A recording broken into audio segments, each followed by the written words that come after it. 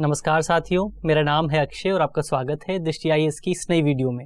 Indo Pacific क्षेत्र में आर्थिक मोर्चे पर लगातार साइडलाइन रहने के बाद अब अमेरिका ने इस क्षेत्र में वापसी की घोषणा की है। हाल ही में अमेरिका ने इस पूरे क्षेत्र में चीन का मुकाबला करने के लिए, खासतौर पर आर्थिक मोर्चे पर मुकाबला करने के लिए इंडो पैसिफिक इकोनॉमिक फ्रेमवर्क की घोषणा की है। आज इस वीडियो में हम इसी फ्रेमवर्क के बारे में बात करेंगे और साथ ही जानेंगे कि इस फ्रेमवर्क को लागू करने में भारत क्या भूमिका अदा कर सकता है। वीडियो शुरू करते हैं और सबसे पहले आज की वीडियो की रूपरेखा को समझ लेते हैं, यानी उन बिंदुओं की बात कर लेते हैं जिनके माध्यम से हम अपनी पूरी चर्चा को आगे बढ़ाएंगे। तो सबसे पहले इस वीडियो में हम खबर को देखेंगे, इसके बाद जानेंगे कि इंडो पैसिफिक इकोनॉमिक फ्रेमवर्क आखिर है क्या, इस फ्रेमवर्क के तहत क्या प्रावधान किए गए हैं। साथ ही इस वीडियो में हम फ्रेमवर्क की आवश्यकता पर भी बात करेंगे, ये फ्रेमवर्क क्यों महत्वपूर्ण है ये भी जानेंगे। साथ ही जानेंगे कि पूरे क्षेत्र में चीन का जो वर्चस्व लगातार बढ़ता जा रहा है वो किस तरह से चुनौती उत्पन्न कर रहा है अमेरिका के लिए खासतौर पर। इसके अलावा इस फ्रेमवर्क के समक्ष क्या क्या चुनौतियां हैं, इस फ्रेमवर्क को लागू करने में हमारे पास क्या क्या चुनौतियां आ सकती हैं, उन पर बात करेंगे। अंत में इस फ्रेमवर्क में भारत क्या भूमिका अदा कर सकता है उसे भी समझने की कोशिश करेंगे। अंत में आगे की राह और एक प्रश्न पर भी चर्चा करेंगे जिसे आप मेंस के स्तर पर सॉल्व करने की कोशिश कर सकते हैं। ये पूरा विषय सामान्य अध्ययन प्रश्न पत्र 2 और सामान्य अध्ययन प्रश्न पत्र 3 से संबंधित है। आप इसे अंतर्राष्ट्रीय संबंध, वैश्विक समूह और भारतीय अर्थव्यवस्था एवं वृद्धि और विकास जैसे खंडों से जोड़कर देख सकते हैं। वीडियो शुरू करते हैं और सबसे पहले आज की खबर देख लेते हैं। आज की हमारी खबर इंडियन एक्सप्रेस के एक्सप्लेन्ड सेक्शन से है। खबर है what is the Indo Pacific economic framework, यानी अमेरिका ने जिस इंडो पैसिफिक इकोनॉमिक फ्रेमवर्क की बात कही है, जिसे लागू करने की बात की जा रही है, वो फ्रेमवर्क क्या है। खबर ये है कि हाल ही में जो अमेरिका के राष्ट्रपति हैं जो बाइडेन, वो एशिया के दौरे पर हैं। वो 24 मई को आयोजित होने वाले क्वाड समिट में हिस्सा लेंगे। ये क्वाड समिट जापान के टोक्यो में आयोजित किया जा रहा है। चलिए आगे अब बात करते हैं कि आखिर ये जो फ्रेमवर्क है इंडो पैसिफिक इकोनॉमिक फ्रेमवर्क, ये फ्रेमवर्क है क्या। तो इस फ्रेमवर्क की घोषणा सबसे पहले अमेरिकी राष्ट्रपति जो बाइडेन ने अक्टूबर 2021 में ईस्ट एशिया समिट के दौरान की थी। हम जानते हैं कि इंडो पैसिफिक क्षेत्र में चीन का वर्चस्व तेजी से बढ़ता जा रहा है और वो अमेरिका के सामने चुनौतियां उत्पन्न कर रहा है। ऐसे में इस फ्रेमवर्क का प्राथमिक उद्देश्य इंडो पैसिफिक क्षेत्र में अमेरिका के रणनीतिक हितों को और ज्यादा मजबूत करना है, अमेरिका की उपस्थिति को और ज्यादा मजबूत करना है। ये फ्रेमवर्क मुख्यतः 4 पिलर्स पर टिका हुआ है। पहला पिलर है निष्पक्ष और लचीला व्यापार। पहला जो पिलर है वो व्यापार से संबंधित है। व्यापार इस क्षेत्र में काफी महत्वपूर्ण होता है, खासतौर पर एसएमई का व्यापार, स्मॉल एंड मीडियम एंटरप्राइजेस का व्यापार, जो कि कुल व्यापार का 60 से 65% के आसपास है। इस पिलर के तहत मुख्य तौर पर जो आयात और निर्यात के नियम हैं उन्हें और ज्यादा लचीला और ज्यादा फेयर बनाने की कोशिश की जाएगी, निष्पक्ष बनाने की कोशिश की जाएगी। इसके अलावा दूसरा पिलर है आपूर्ति श्रृंखला लचीलापन। हम जानते हैं कि कोविड महामारी के दौरान और कोविड महामारी से पहले दुनिया के कई देश अपने कच्चे माल की आपूर्ति के लिए चीन पर निर्भर थे, लेकिन जैसे ही महामारी आई तो चीन ने इस पूरी स्थिति का उपयोग अपने हित के लिए करना शुरू कर दिया। अपने जो देश उस पर निर्भर थे उन पर दबाव डालना शुरू कर दिया अपनी आपूर्ति श्रृंखला के माध्यम से। तो ऐसे में इस दूसरे पिलर का मुख्य उद्देश्य दुनिया में जो भी आपूर्ति श्रृंखलाएं हैं उन्हें डाइवर्सिफाई करना है। इसका एक उदाहरण तब देखने को मिला जब रूस और यूक्रेन के बीच युद्ध शुरू हुआ और भारत के सनफ्लावर ऑयल के आयात पर प्रभाव पड़ा। भारत अपना लगभग 90% सनफ्लावर ऑयल रूस और यूक्रेन से ही आयात करता था, लेकिन जब इन दोनों के बीच युद्ध शुरू हो गया तो भारत की जो आपूर्ति श्रृंखला थी, जो सप्लाई चेन थी, वो प्रभावित हुई। इसके कारण भारत को भी नुकसान का सामना करना पड़ा। लेकिन अब भारत इस आपूर्ति श्रृंखला को डाइवर्सिफाई करने की कोशिश कर रहा है और अन्य देशों से सनफ्लावर ऑयल के आयात की बात कर रहा है। इस तरह से आपूर्ति श्रृंखला को डाइवर्सिफाई, लचीला बनाने की कोशिश की जा रही है। इसके अलावा इसमें जो पिलर है वो इंफ्रास्ट्रक्चर, स्वच्छ ऊर्जा और डीकार्बोनाइजेशन को लेकर है। हम जानते हैं कि चीन ने अपनी बेल्ट एंड रोड इनिशिएटिव को लेकर इस पूरे क्षेत्र में काफी बात की है। इस पूरे क्षेत्र में कई देश हैं, खासतौर पर एशिया के, जो चीन की बेल्ट एंड रोड इनिशिएटिव में शामिल हैं, जो कि एक इंफ्रास्ट्रक्चर परियोजना है। ऐसे में अमेरिका अपनी इस नई फ्रेमवर्क के माध्यम से चीन की जो बेल्ट एंड रोड इनिशिएटिव है उसको चुनौती दे सकता है। इसमें जो चौथा पिलर है वो कर और भ्रष्टाचार विरोधी उपायों से संबंधित है। हालांकि इस पिलर की जो प्रारंभिक घोषणा की गई थी फ्रेमवर्क को लेकर, उस प्रारंभिक घोषणा में इस पिलर की कर और भ्रष्टाचार विरोधी उपायों की कोई बात नहीं की गई थी, इसीलिए ये पिलर अभी तक काफी ज्यादा स्पष्ट नहीं हो पाया है। इसके अलावा इस पूरे फ्रेमवर्क की एक सबसे प्रमुख बात ये भी है कि ये कोई एक व्यापार समझौता नहीं है, एक ट्रेड एग्रीमेंट नहीं है। बल्कि ये एक प्रशासनिक व्यवस्था है जिसके तहत अलग अलग मॉड्यूल्स को शामिल किया गया है। अलग अलग मॉड्यूल्स कौन से हैं? वही मॉड्यूल्स हैं जो हमने भी 4 पिलर्स देखे, जैसे निष्पक्ष और लचीला व्यापार, आपूर्ति श्रृंखला लचीलापन, इसके अलावा इंफ्रास्ट्रक्चर, स्वच्छ ऊर्जा, डिकार्बोनाइजेशन, कर और भ्रष्टाचार विरोधी उपाय। यही मॉड्यूल्स हैं जिनके तहत ये प्रशासनिक व्यवस्था बनाई जाएगी। इसके तहत जो भी भागीदार देश होंगे उन्हें किसी भी एक मॉडल, एक या एक से ज़्यादा मॉडल का चयन करने की स्वतंत्रता होगी। वो एक मॉडल का चयन कर सकेंगे और उसके तहत इस पूरे फ्रेमवर्क में शामिल हो सकेंगे। साथ ही इसकी एक और प्रमुख विशेषता ये है कि इसमें किसी भी देश को अपने बाजार पहुंच संबंधी प्रतिबद्धताएं नहीं देनी पड़ेंगी।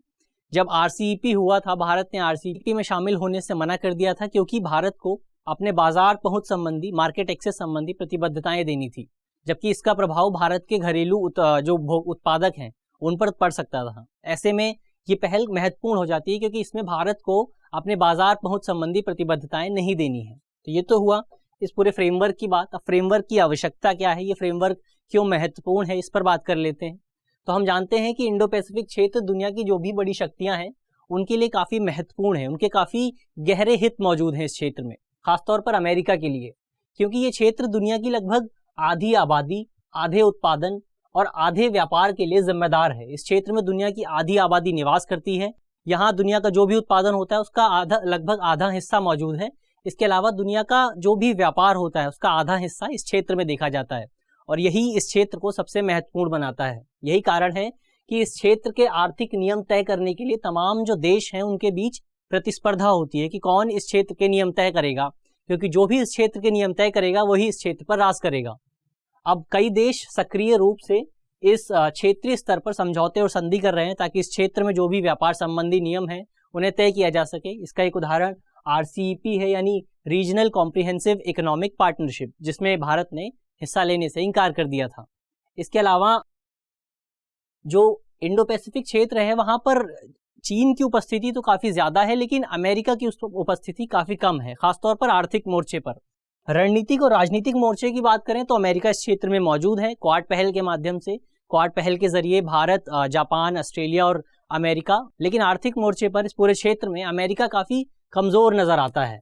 इसलिए अमेरिका की स्थिति को मजबूत करने के लिए कई जानकारों का सुझाव है कि इस क्षेत्र के आर्थिक और व्यापारिक मामलों में अमेरिका को सक्रिय भागीदारी निभानी चाहिए और इन्हीं सक्रिय भागीदारी की प्रतिबद्धताओं के लिए ये फ्रेमवर्क लागू किया जा रहा है। तो इसलिए इस लिहाज से, अमेरिका के हितों के लिहाज से, ये फ्रेमवर्क काफ़ी महत्वपूर्ण हो जाता है। इसके अलावा ये जो फ्रेमवर्क है वो इस क्षेत्र में, इंडो पैसिफिक क्षेत्र में विश्वसनीयता हासिल करने का भी एक उपाय है।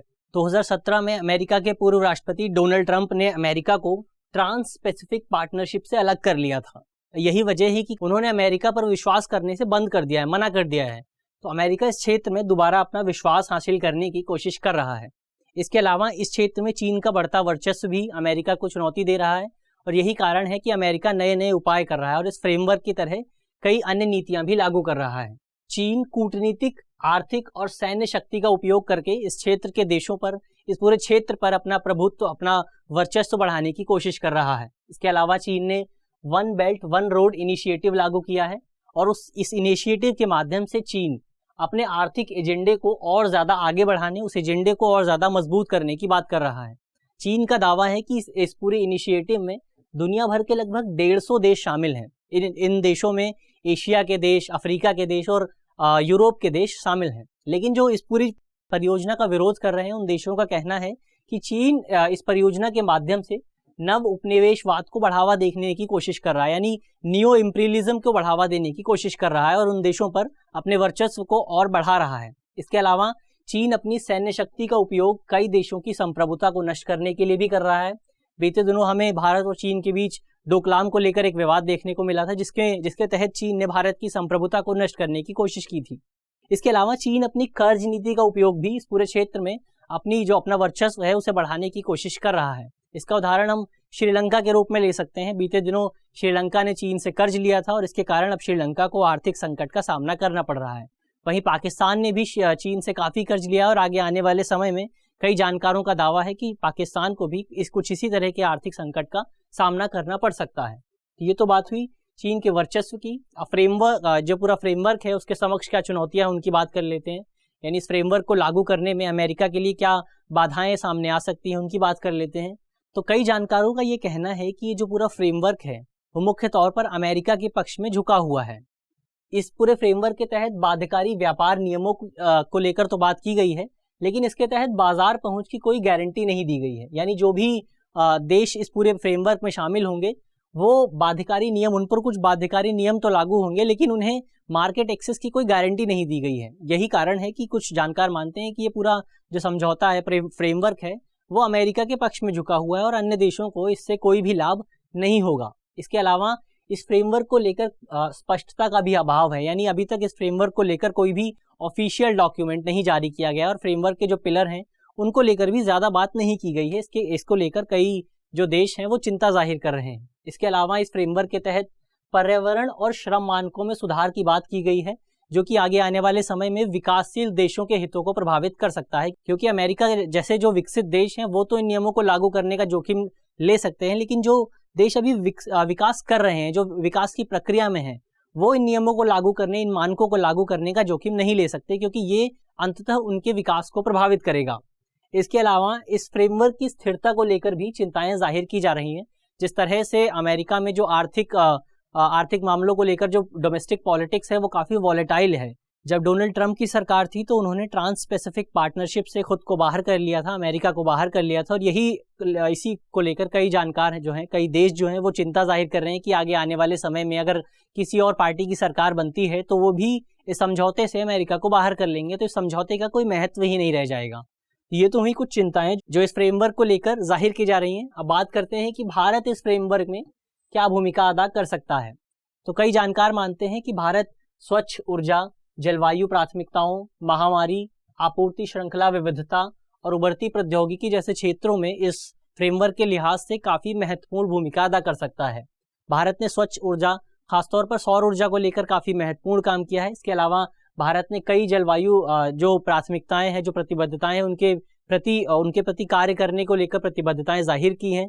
साथ ही भारत ने भारत का जो महामारी मॉडल रहा है वो भी काफ़ी सफल रहा है। भारत ने महामारी को रोकने में काफ़ी महत्वपूर्ण कार्य किया। इसके अलावा आपूर्ति श्रृंखला में विविधता यानी डाइवर्सिफिकेशन लाने की कोशिश में भी भारत एक महत्वपूर्ण भूमिका अदा कर सकता है। इसके अलावा भारत RCEP में शामिल नहीं हुआ था क्योंकि उसे बाजार पहुंच तक अपनी प्रतिबद्धताएं देनी थी, उसे ये प्रतिबद्धता देनी थी कि वो अन्य देशों को अपने बाजार तक पहुंचने देगा, लेकिन ये अंततः भारत के जो घरेलू उत्पादक हैं उन्हें प्रभावित करता।